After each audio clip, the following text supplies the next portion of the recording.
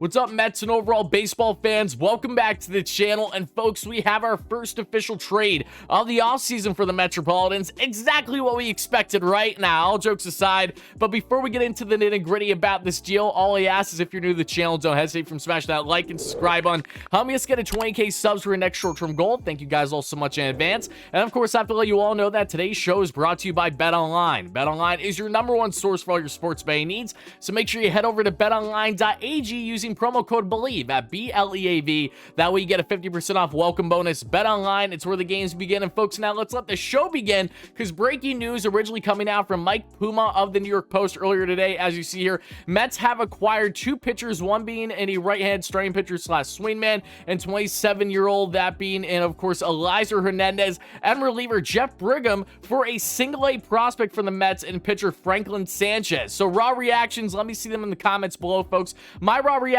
this is depth, baby. For anyone out there that's freaking out, why would the Mets do this deal? It is strictly depth. When the Mets are losing free agents out of the bullpen that they are this offseason, and they're losing guys in the minor leagues as well, it is pivotal for this Mets team to make sure they get creative and acquire some arms. Now, these 2 pitchers today were recently DFA'd earlier in the week by the Marlins because they were freeing up roster space, especially for the Rule 5 draft deadline, which was back around Tuesday at 6 p.m. Eastern time. So it's a win-win trade automatically. The Marlins get themselves a right-hand reliever that has flamethrowing stuff in Sanchez for the Mets. However, even though he can touch 100 on the gun, he has been a walks machine. This guy has had very little control in his young professional career. He's looking straight out of Major League out there, right? So it makes sense why the Mets parted away with the lesser prospect. Wasn't a top right-hand prospect for them whatsoever. And they bring in 2 guys now that can come and be effective for this Mets team as soon as the upcoming 2023 season. And this goes somewhat in hand with the likes of, the Seth Lugos, the Trevor Williams, the Adam Ottavinos. A lot of uncertainty there.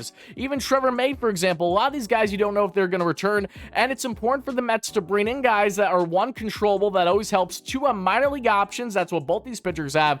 And 3, have some impressive stuff, especially when we get to our second guy. But first, Elieser Hernandez is a low-risk, high-reward type pitcher that the Mets acquired. As you see from the stat line here, nothing crazy. Did not have a great year this past year in 2022 with the Miami Marlins. He had an over 6 ERA. However, when you look at his advanced numbers, what has been the biggest issue with Elieser Hernandez? Well, he's someone that, with the dip of spin rate, has not been able to be as effective with his fastball. He favors his fastball slider mix of his overall 4-pitch arsenal, and that's someone where if Jeremy Hefner can get him right, especially with the walk rate getting a little bit down because it was north close to 4 this past season, this could be a guy that to a lesser degree can fill the role of Trevor Williams, who's expected to sign elsewhere potentially as a starting pitcher, similar to Seth Lugo. That's why these guys are going to be hot commodities, and that's why I'll be surprised if either of them come back to the Mets, honestly, because they're going to be looking for bigger roles elsewhere. But going back to Elieser here, he's someone that you can use in a swingman role. You can have him just strictly AAA as depth.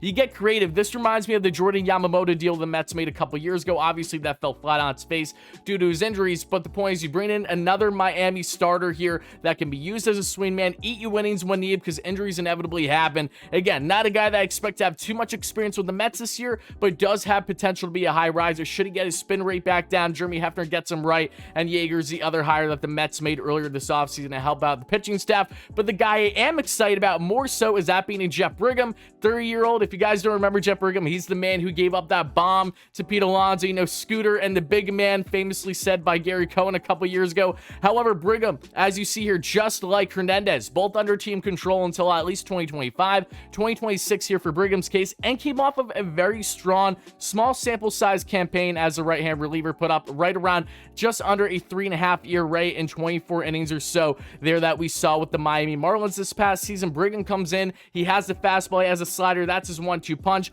and both Brigham and Hernandez alike, what are their biggest pitches? It is that slider when it comes to the strikeouts. They are strikeout machines with both, not machines I should say, but that is their most favorable pitch with getting that big swing and miss. So the Mets bring 2 of these guys. Brigham can come into this Mets bullpen, low risk again, and compete right away for said bullpen, similar, to a higher degree, however, than the Mets' recent pickup that they just made on waivers the other day for a former Yankees reliever. They're going to bring in guys. I like that Brigham has the experience, had a solid year with the Marlins. And again, the Marlins, they DFA'd 2 guys to free up roster space. Now they get a prospect that they can work on, see if they can get his command right. And for the Mets, now they bring in 2 guys here who have potential to impact this team in a positive manner as soon as this upcoming season. Now, do I expect Hernandez to be the best thing since a Trevor Williams? No, I do not. However, it's important for the Mets to add as much depth as humanly possible. That's what they get in someone like him. He will not be the only type of swing man, low risk, high reward potential that they acquire this offseason.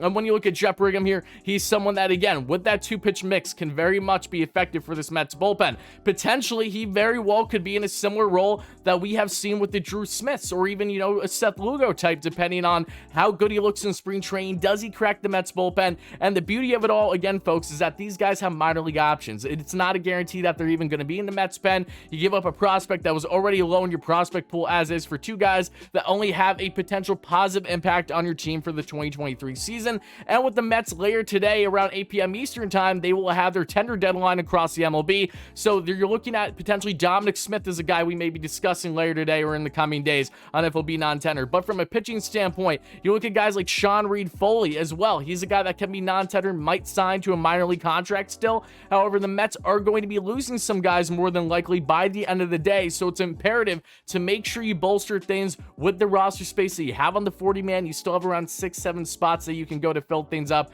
And once more, when you bring in guys like this, it's literally pretty much no risk, high potential. I like Brigham. I think that given the fact that you gave up literally nothing to land a guy with around a 3.5-year race, solid advanced numbers as well that you saw through his stat line, you can't go wrong in a deal like this. This pretty much feels like a win-win for the Marlins, just trying to get rid of some guys and at least got a prospect back for their case. But guys, I do want to let you all know that we will also be live more than likely later today, probably around between 8:30 or 9 p.m. Eastern time, as long as everything sets up right, for our latest, you know, Mets free agent frenzy stream, breaking down the tenders, who got tendered, who got non-tendered by the Mets potentially, all the latest news regarding WardyNYM, Kodai Senga, and so many others. We're going to be breaking it down, asking and answering your questions, all that fun stuff. So stay tuned for that. But Mets fans, I want to know your thoughts in the comments below. How do you feel about this deal for the Metropolitans? Do you like it? Do you not like it? Do you understand that, again, this is strictly a depth move, as I emphasize plenty, and I will emphasize once more. Whatever your thoughts are, please make sure to drop them down below. And again, folks, if you find yourself enjoying this kind of Mets content